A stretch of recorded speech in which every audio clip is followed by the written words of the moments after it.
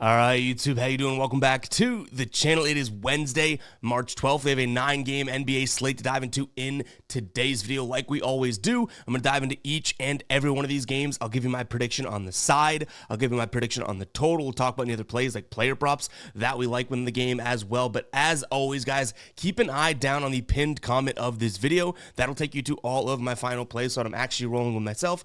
If that does interest you, absolutely free down in the pinned comment. Alright, YouTube, how you doing? Welcome back to the channel. I tell you guys I'm a dummy all the time. They don't suck. They've just been sucking. Get them down to -3, 4 more juice than Jose Canseco in his prime. Tell me you're new without telling me you're new. So don't go jumping down my throat in the comments, right? If you want to fade me, or if you do want to ride me, this still leaves a bad taste in my mouth, right? And remember, more chins, more wins.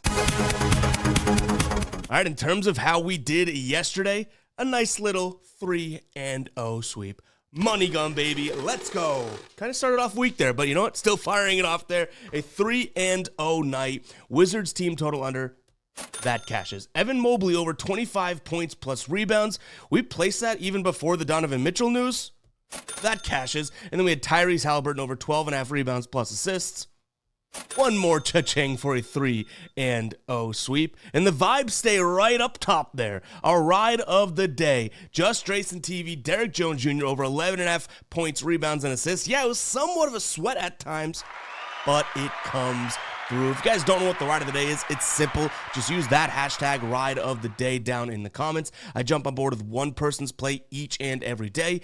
Give you a shout out in the next video, win or loss. Also shout you out over on my Twitter/X, which was just up on the screen right there. It'll be popping up on the bottom left corner of the screen throughout the show. And you get a shout out with the final plays over on the site. If you win, we continue to ride with your plays until you lose. So looking forward to seeing what Just Racing TV drops today. If you do lose, though, we got to face the womp womp. We talk about it. You still get the shout out, though. But let's go ahead and dive into this slate. Like I said, 9 games. Hit that like button. Hit that subscribe button. Let's start off with the game of the night. Celtics taking on the Thunder. Now, the issue with talking about this one here in the morning is that we do have a lot of injuries to note. Now, some questionable, some probable, some doubtful. Kristaps Porzingis on the Celtics side of things, doubtful. Jaylen Brown on the Celtics side of things, probable. Jason Tatum, questionable. So we have so many question marks here to figure out. Jalen Williams, questionable. The good Jalen Williams for the Thunder as well. So actually, no, he's listed as out, right? So there's tons of injuries in this one. Obviously, I'm a Celtics fan. I want to look at the Celtics. I do think there is an angle to get there to them, but even if Jalen or Jason is out, this is probably an OKC lean for me, especially with no Porzingis. I fear a little bit of that interior defense could lack for the Celtics, meaning that Shea could go off, but throw in the fact that we do have, Jalen Williams listed as out for the Thunder, that is good news for the C's. But realistically, and I'll jump into the dashboard to kind of explain myself visually versus just preaching it to you, the thing that I'm really looking at here would be the way that OKC is going to want to go about this, right? Number 5 in terms of isolation frequency, 5th in effective field goal percentage, 2nd in score percentage. Celtics, not all that great defensively against the isolation.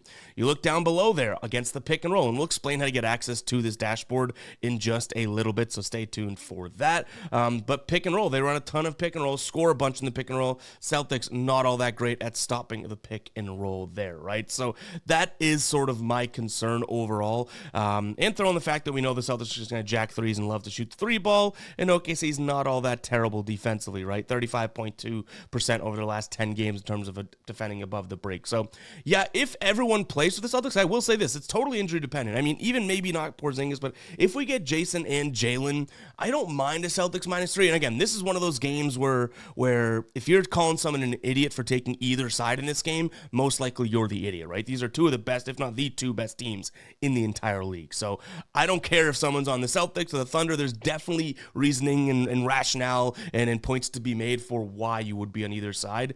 But I think it comes down to, obviously, the injuries and the play sort of type for OKC here, which is why I may like them. But Jalen Williams being down for them is absolutely massive. So, yeah, keep an eye on the pin com to see what we end up doing here. Where I might go instead would be just kind of taken a peek at a lot of points being scored in the game. I know we have two really good defenses, but this is an OKC team that has been playing fast.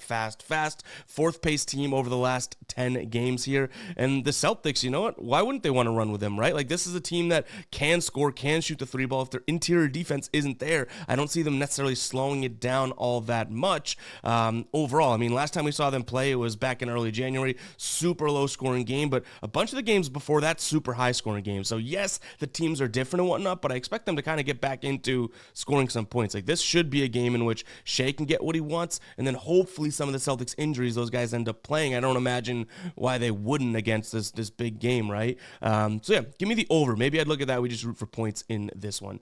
Player props, I got nothing right now because OKC's got the injury, and then obviously we don't even know what's going on with the Celtics side of things. So keep an eye, like I keep saying a million times, on the pinned comment. Take you to the final plays. If we add any plays or player props there that I didn't talk about in the video, we'll end up just giving you a little blurb as to why I like it and that type of thing, just in case you want to, jump on board or roll with it as well. Or fade it, obviously. But in terms of how to get access to that dashboard, guys, all you have to do is head over to the Guy Boston Sports site. Here it is right now. You head over to the members area. You can go to NBA dashboard. We're not logged in right now, so it's going to say, hey, membership required. View membership levels. We offer 4 membership levels right now. NFL, we don't have a dashboard available. NBA is the only one we do have available, but I still recommend the All Sports dashboard because $4.99 a month, you get locked in at that price. If you get in on that price, you get in on that floor, you stay on that floor, which is good because the minute we launch this MLB dashboard, it's going to up the price of the All Sports. You can already see here, MLB dashboard is projected to be the exact same price as that, and you get all the dashboards with that one. So yeah, go ahead and check that out. If you do, I'll show you a little snippet of what you'll see if you do have access to the dashboard here. So we're logged in now. We go to the NBA dashboard, and instead of saying, hey, you need a membership, you will see the dashboard. You can open it up, which is really cool. You could zoom in, go through, but it breaks down each and every game in a visual format. This pulls from a ton of different sites to help you speed up your research. I use it myself, figured I'd bring it to you guys. So yeah, go ahead and check that out if that does interest you. Moving on to Atlanta taking on Charlotte. I think I'll start with a player prop in this one. I do like the idea of Miles Bridges, either points plus rebounds or points plus assists. He should match up fairly well against this Atlanta team. I mean, he hasn't really been crushing this line, against them in general. But we do have Yusuf Nurkic is listed as questionable there. So Miles Bridges may get some more rebound opportunities and whatnot. In terms of injuries overall, Mark Williams looks like he is good to go. Trae Young on the other side is questionable. Karis LeVert questionable as well. But Trae Young has been probable on the injury report. Now he's questionable. So definitely keep an eye on that. But again, Miles Bridges, I think, is what we'd look at here in terms of how he's going to play, right? Like, this seems like it's a fairly good matchup. He's going to either be a pick and roll guy that slashes or take those spot up jumpers. Atlanta terrible against both of those spots. They are absolutely terrible in terms of in the paint, 5th worst in terms of the restricted area, so right at the rim. That's where 40% of Bridges' points comes from. So this is a pretty high line at 35.5 PRA, but it's something that I'm definitely considering. I think he should have the looks to at least score. So if you do like his points at 23.5, that may just be a quick pivot overall. But yeah, I think he's going to do a little bit. I think he's going to be able to facilitate off the pick and roll and stuff like that too, and obviously get some rebounds with him maybe playing a little bit closer to the hoop in this matchup. So yeah, Miles Bridges over 35.5 points, rebounds, and assists, but I kind of like his points just in general as well. In terms of where we go from a side perspective, this is a tough one because Charlotte is not good. I don't think I'm breaking any news to anyone there, but Atlanta's defense is really bad. I mentioned how they're really bad, on the interior, but they're bad on the outside as well. In fact, that's arguably been a bigger struggle for them as of late. And I think that's where Charlotte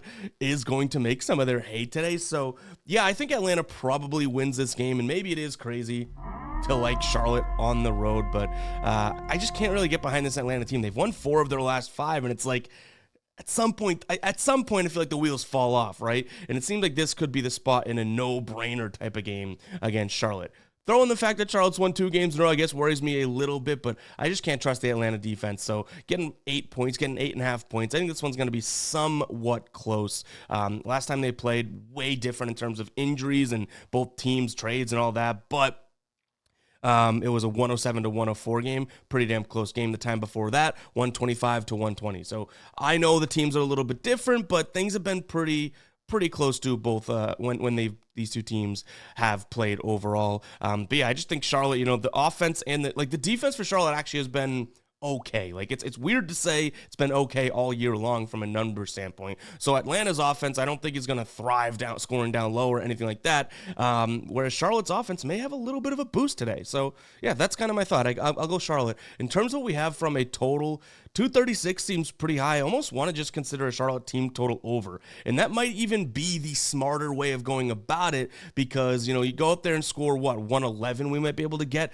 Go out there and score 111, 112. You're probably paying a decent amount of juice for it. But then you don't have to worry about them keeping it close. You just want somewhat of a high-scoring game. And say Charlotte does end up playing well and winning this one, then all of a sudden you're just rooting for points there. So that may be the pivot. But yeah, 8.5 points seems like it's a lot. Again, I sounded the psycho alert alarm.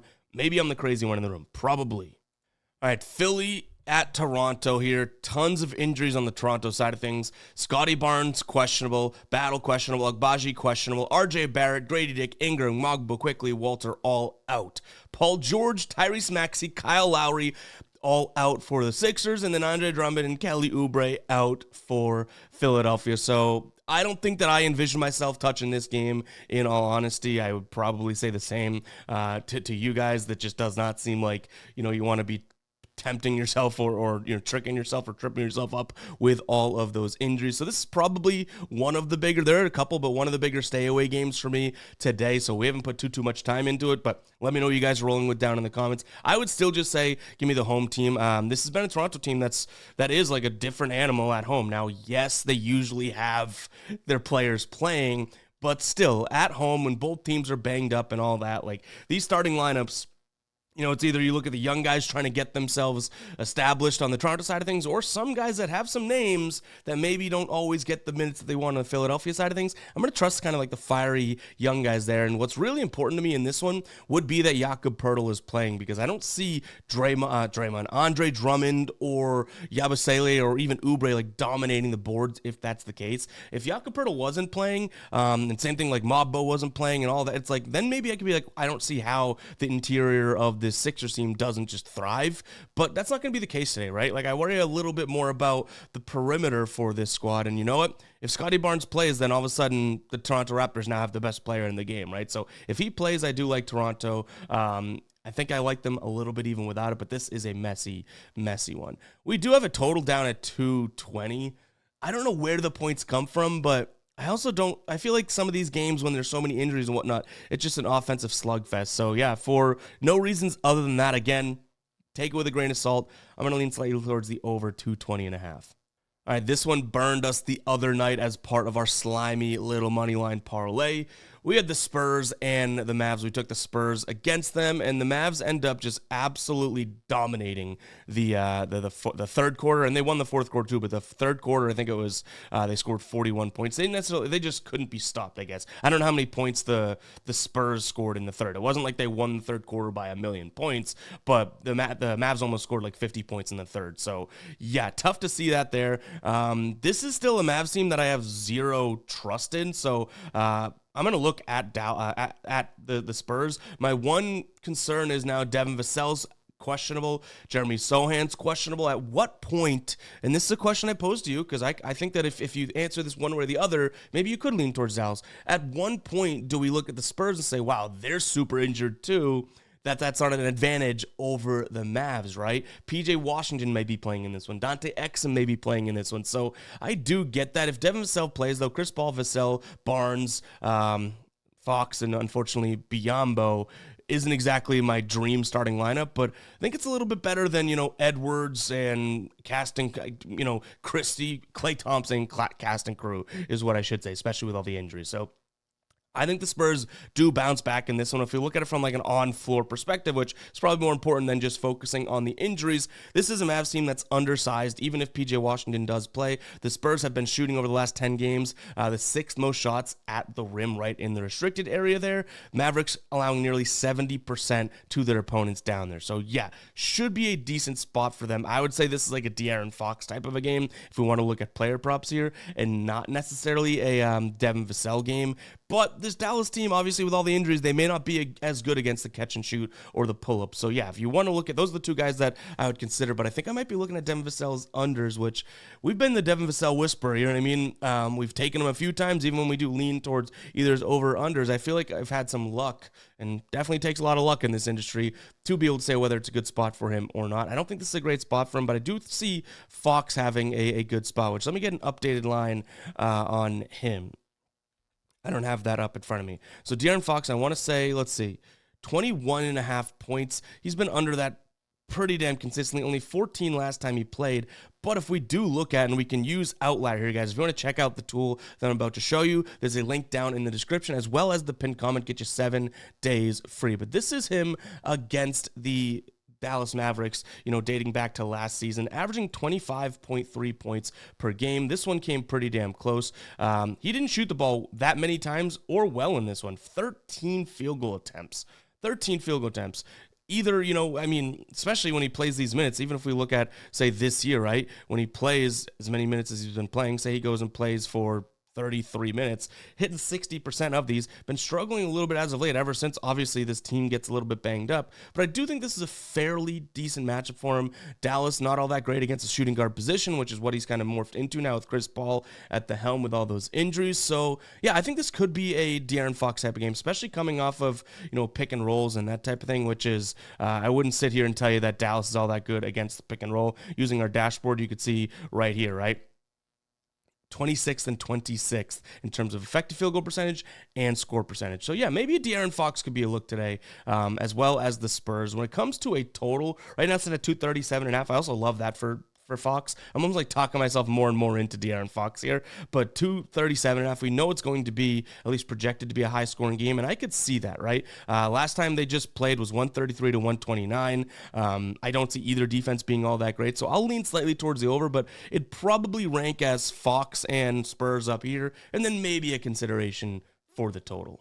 And yeah, guys, if you do want access, like I said, to Outlier, that link's down below, 7-day free trial. I love this Insights tab that they have. You can go through and kind of put the filters that you want, but you can say, okay, say I'm looking for player props. Say I'm looking for player props that are inside minus 125, right? You close that, and all of a sudden you get all these player props that are trending in the market based on hit rates and situation, and you already have all the odds here at your disposal, which is really cool. For example, OG Anunoby has failed to exceed 8.5, meaning under, right? 8.5 rebounds plus assists in 15 of his last 19 games, averaging just 6.7 rebounds plus assists per game there on the road. You can click into it and see what you're liking. You can go through and kind of create the situations. Okay, well, what if I do think OG's going to play, 35 minutes today? Well, the under is still hit pretty damn well, right? With that insight, that is, right here, you can kind of put that insight on, or you can start to construct it yourself. Okay, now we have all 2024. We're looking at on the road. Say we want to look at his last 20 road games. Last 20 road games. We could see it there, and you kind of can build it yourself now. Not saying go out there and do this. Obviously, injuries and whatnot impact this game, which is cool because you do have injuries right over here that you could take a peek at. And I think the thing with this would be, boom, right there, Jalen Brunson, right? So then all of a sudden you could say, okay, well, what about last 20 games without Jalen Brunson? Still stayed under, but he's had a couple big ones, right? So you can kind of create these situations and whatnot yourself over on Outlier. Go check it out. One of my favorite sports research tools out there, especially for player props. That link will be down below. It's not just for NBA either. MLB, they're phenomenal in. NHL, NFL, all the major sports guys. Go ahead and check it out. WNBA, NCAA basketball, NCAA football. They got everything. I know there's a lot of great tools out there, but Outlier does all of the sports, which I think is awesome. 7-day free trial with that link in the description, as well as the pinned comment.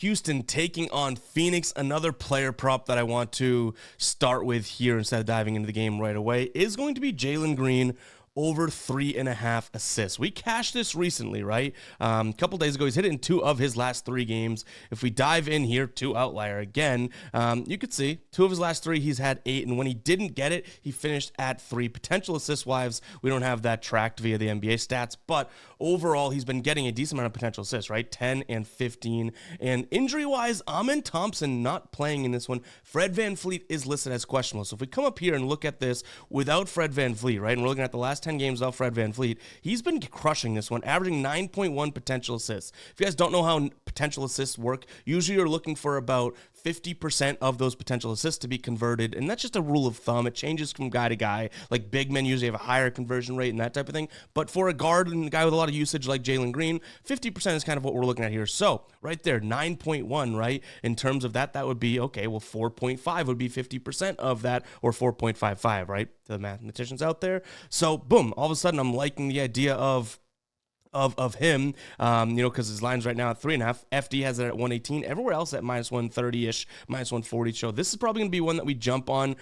Even in his last 5 games here, you can see without Fred VanVleet, averaging 9.5 potential assists, averaging 5 assists per game. If we throw in the fact that, no Fred VanVleet, but what about no Amen Thompson? His last 2 games without him, obviously I'm kind of throwing these out because it suits the argument, but at the same time, he doesn't have the same amount of potential assists. So when we're looking at him getting this potential assist as of late, and this is all in the month of March, with these guys out, he's playing fantastic. The one thing I will say is if we say, okay, with Freddie, now it's like, okay, well, now we're saying with him, is it all that great? Honestly, I don't think it's terrible, but he's going to get a lot less of those assist opportunities. So I'm kind of hoping that, obviously Amen's out, but then Fred VanVleet's also out, so we get a little bit of value here. So I'm willing to take that risk early on, but just know if Fred VanVleet plays, I still don't mind this. I just don't love it as much. Hopefully that makes sense, is a little bit fair as well to say. But again, sometimes just gamble on the gamble, I guess.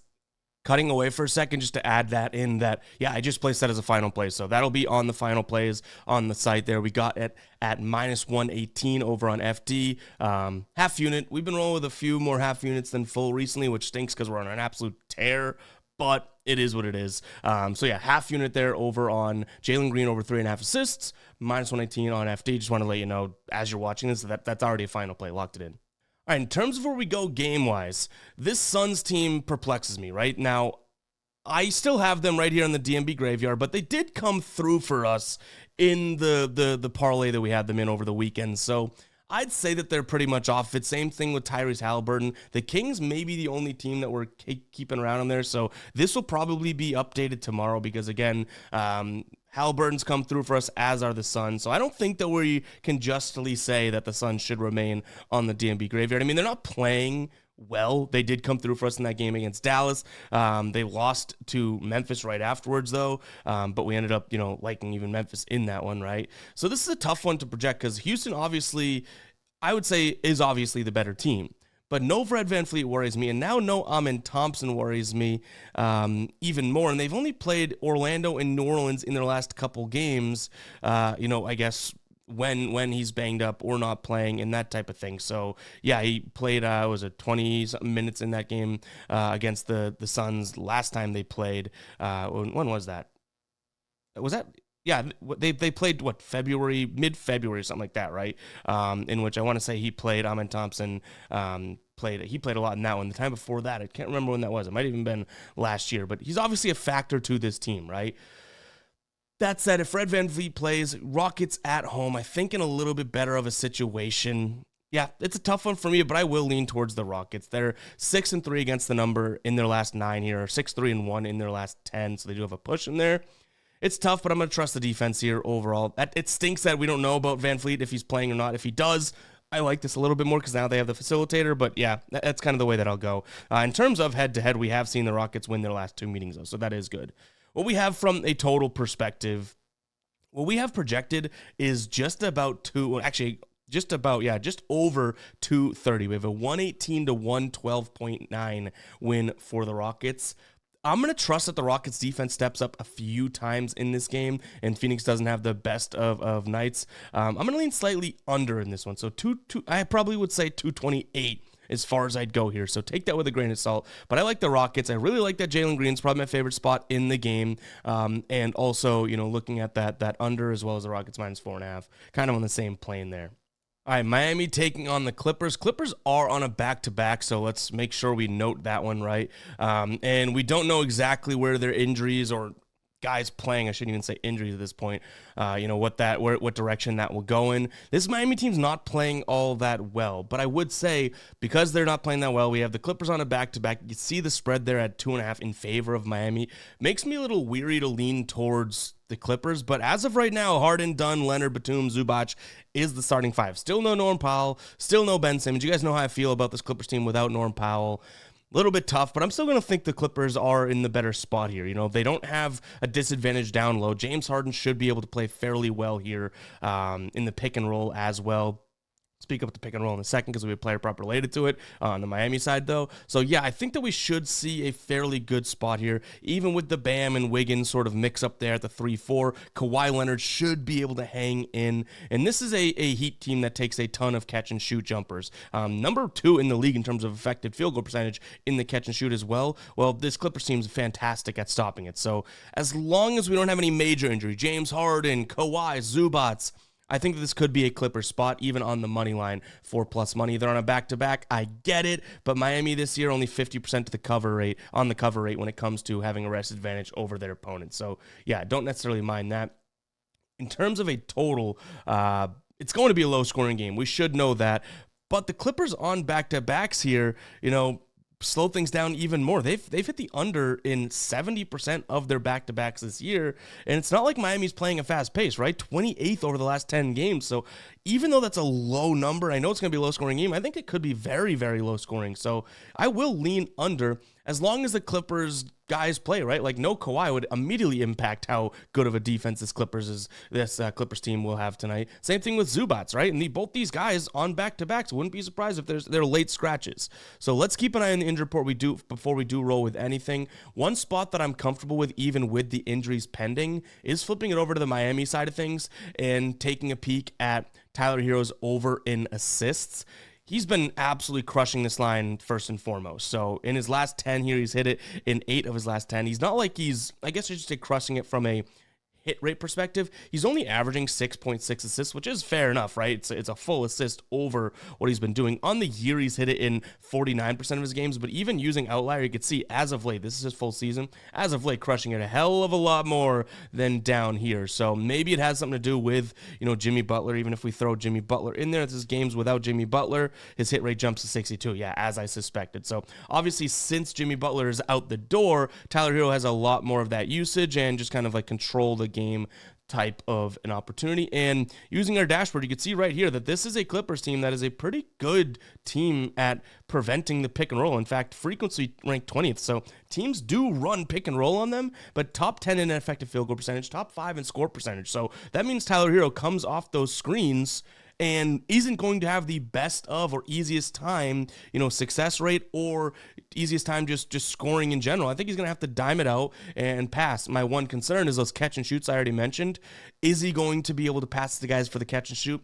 Hopefully, they do collapse a little bit more on him, and he's the guy that does a lot of that catch and shooting as well. But yeah, over 5.5 assists for Tyler Hero is definitely something that I could consider today for sure. All right, if you guys made it this far into the video, before we do jump into Memphis and Utah, go ahead and comment 27 down below. You passed the 27-minute mark, and I could not thank you enough. We got a couple comments last time we said this. Like, comment this number if you made it. Why do you do that? Couple different reasons. Obviously, I love to get the comments going and engage with you guys and whatnot and kind of give you something that is a tell in the video being the main reason, right? Like, if you made it this far and you heard me say comment 27, you'll comment 27, and then we get people in there going, hey, why is everyone commenting 27? And it's such a perfect, like, if you know, you know. I do chuckle at the ones that people are like, I've been skipping around and I just randomly heard you say 27, and I'm commenting. I didn't even watch the full video. I'm like, you know what? Interesting need to feel the need to comment that, but you know what? Touche. But comment 27 if you made it this far. I do truly appreciate it, and I tell you guys all the time, I don't take this channel growth and the position I'm in being able to go full-time last year for granted whatsoever. So even though you're just commenting 2 numbers, like, just means a little bit more to me. I know that's sappy and maybe weird, but it's kind of the truth, and might as well be transparent, right? But let's jump into this Memphis and Utah game before I get some tears rolling down my face. We're dealing with, you know, coming off the Vegas trip and an extreme amount of jet lag, and we're battling here. So crying could be a possibility. But let's dive into it. Memphis taking on Utah. Memphis big time favorites in this one. 12.5 points. I'm doing it. I see some angles. As long as we do see some of these injuries, you know, maintain where we are right now, I do see an angle for Utah to keep this one close, and it's kind of for a weird reason. Zach Edey and Jaren Jackson. If Zach Edey doesn't play, you also have Brandon Clark potentially not playing. Santi Aldama may not be playing, and Jaren Jackson Jr. is already listed as out. Walker Kessler, John Collins are listed as good to go for this Utah team. Yes, it's absolutely asinine to probably like a Utah squad, but this Utah team can score in the paint, and you know what? They've been okay at defending the paint, which is what Memphis likes to do. So as crazy as that is, I think I'm going to lean in that direction. Now, this is a Memphis team let's rephrase this. Utah is good at defending the pick and roll. That's been part of the reason that, you know, when I have won some of these Utah plays, it's been against teams that have pick and rolls like with a huge number like this. This is a Memphis team that does not run a ton of pick and roll. So that's obviously an edge towards Memphis. Now, Utah loses a little bit of that edge, is probably a better way of putting it. And in the isolation, Utah isolates top 10 amount, they score top 10 amount, and dead last for effective field goal percentage and score percentage in terms of Utah's isolation defense. So you can go in that direction to be like, yeah, you're a psycho, Ev. But I do think that 12 is just a lot without those pieces down low. Like, this is going to be a game that they have to win on the perimeter. And weirdly enough, like this Utah team, you know, from the above the break over the last 10 games here, 33.5% allowed to their opponents. That's pretty damn good. So if this one's going to be won and lost in the paint, I think Utah can at least keep it to, you know, 10, 11 points. Now, probably going to flash forward to tomorrow, and it's like Memphis sets an NBA record, wins by 212 points, but hopefully that ain't the case here. Utah plus the points. Do I have the cojones to roll with it myself? Honestly, we're like right there. Like, I do think if these, I want to make sure that we have like the confirmed lineup for Utah, right? Because though there's nothing on the injury report right now, Lauri Markkanen's listed as questionable. I should say that if he plays, great. But though we don't have Collins and Kessler, Sexton listed with any injury designation, would it shock us that Utah's like, oh, actually, they're ill, they can't play, even though that's a big no-no with these new spots and whatnot. But yeah, still kind of early for me to, I guess I should say it that way. Still kind of early for me to just trust the injuries, because anything can happen in this damn league with the injuries right now. It's absolute you-know-what show. In terms of what we have from a total, I like the under. Yes, you have a Utah team and a Memphis team that are going to play fast, but what did I say? Two things. They're going to be counting by twos. I think both these teams are going to try and get into the paint. I think Utah actually can step up and stop Memphis a few times. And if they do stop Memphis, then I don't know if this is going to be a game that gets up to the 250 mark. Like, could I see this being a 248? Sure, that's fair. I have this more pegged at like the 238. Sure, I have this more pegged in like the 235 range overall with Utah covering. And obviously, if this score gets lower and lower and lower, those 12 points look a hell of a lot more valuable on the Utah side of things. Player prop wise, nothing that we've really uncovered just yet. But like I said about the Boston player props in OKC, it's like if we add anything to the final plays, I'll give a little blurb as to why. We're at that time in the year where injuries are just designating which side we like here to some degree, and that is unfortunate, but it's also the name of the game at mid-March, I guess, in the NBA. A lot of the times where everyone's questionable, it's like, if that guy's play, we go here. It's a bunch of if statements in Excel. So, Jokic and Murray probable. Rudy Gobert questionable. Obviously, and then Aaron Gordon game time decision. So obviously we want to see these injuries out. If Rudy Gobert doesn't play and Jokic plays, then I like Denver. But it'd be tough for me to get to the Denver side of things without Jokic, right? Now, I will sit here and say, okay, well, they're listed as probable. They should play. So I am confident in saying Denver, should be good to go, right? Denver, this is a team that's going to want to score in the paint. We know that. Without Rudy Gobert, if he doesn't play, Minnesota is going to struggle to defend the paint. Even with Rudy Gobert, they have had their struggles in the paint this year. They've definitely gone up and down. I would say, and now he's been injured, comes back, there could be, some argument made here, but I do think that they're swinging towards closer to what they were at the beginning of the year, which was a really good perimeter defense and struggled in the paint, which was not like a Minnesota team, right? So, yeah, I think that that's the direction I would go in, especially if Rudy Gobert doesn't play. I'm going to go back to the guy that I think has been playing super, super well, and I like this, honestly, even if Gobert does play. Jaden McDaniels over 21.5 points, rebounds, and assists here.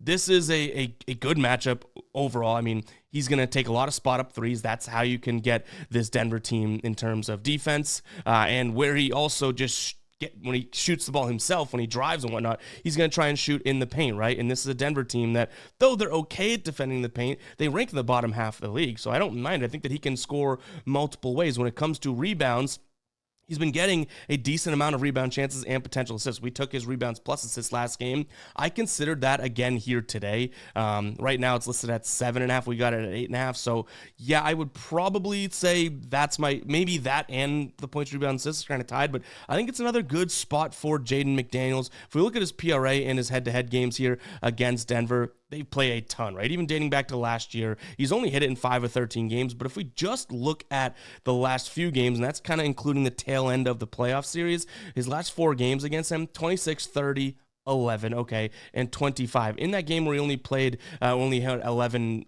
points and rebounds and assists, I think it was 10 points, 1 assist, no rebounds. He only played 26 minutes. If we look at them head to head and say, okay, well, buddy, you got to play 30 plus minutes, things look pretty good over his last few games here. 23.5 points, rebounds, and assists against them. That's 9 games that qualify. 26, 30, and 25 are his last few. So, yeah, I do like the spot for him again today, even though we just rolled with him last game, but I like both his PRA and his RA in this one.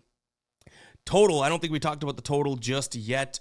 I think that if Rudy Gobert doesn't play, Denver could put up a big number, and I think I like the team total over. If not, I'm not all that thrilled about that. I think it's a pretty decent line at 235. Portland taking on New York. You might be thinking, okay, and we already talked about this a little bit when we promote Outlier, but why is this just a 4-point spread, right? This Portland team has lost 4 straight games. Have they played good competition? Yeah, those 4 straight games, Boston, OKC, Golden State, Detroit. In that order, no, but those are the 4 teams. So I think we can make a little bit of reasoning and, I guess justification for the losses. But no Jalen Brunson in this one.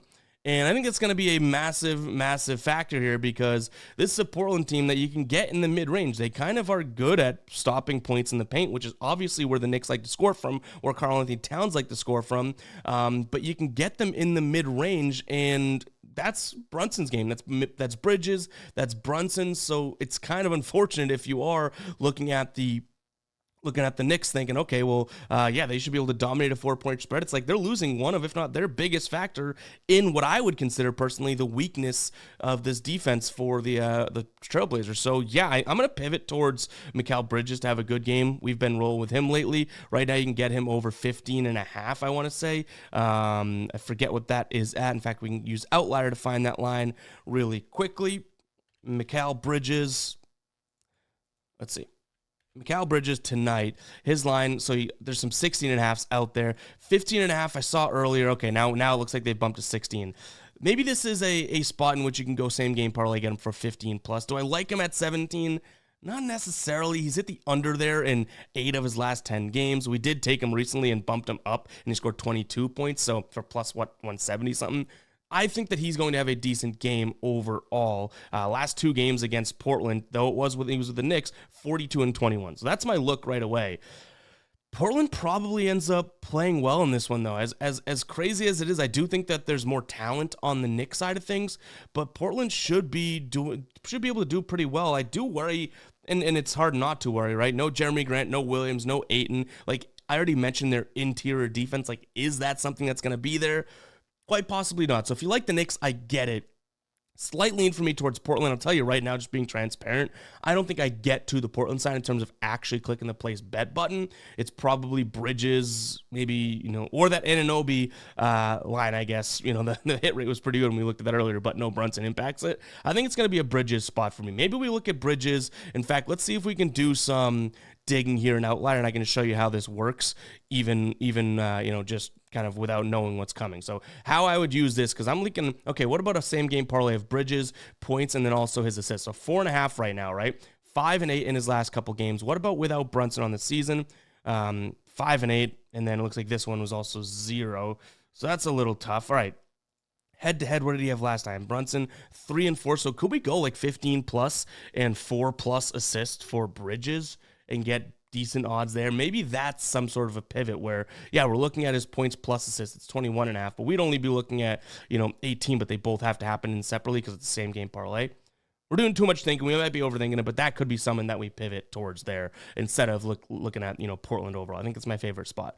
In terms of a total, I don't really see this one going too much over 228, but the Knicks defense is not exactly tremendous. They've been playing good defense, but Portland's been playing some really, really tough defenses. And honestly, you know, they've played okay. Like, the only game that they've had poor offense on was against OKC, but against Golden State, good defense. Detroit, decent defense. Boston, good defense.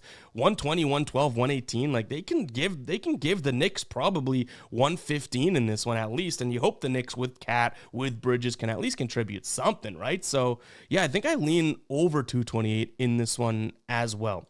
Guys, it's going to wrap it up for today's show. Hope you guys did enjoy. If you did, you know exactly what to do.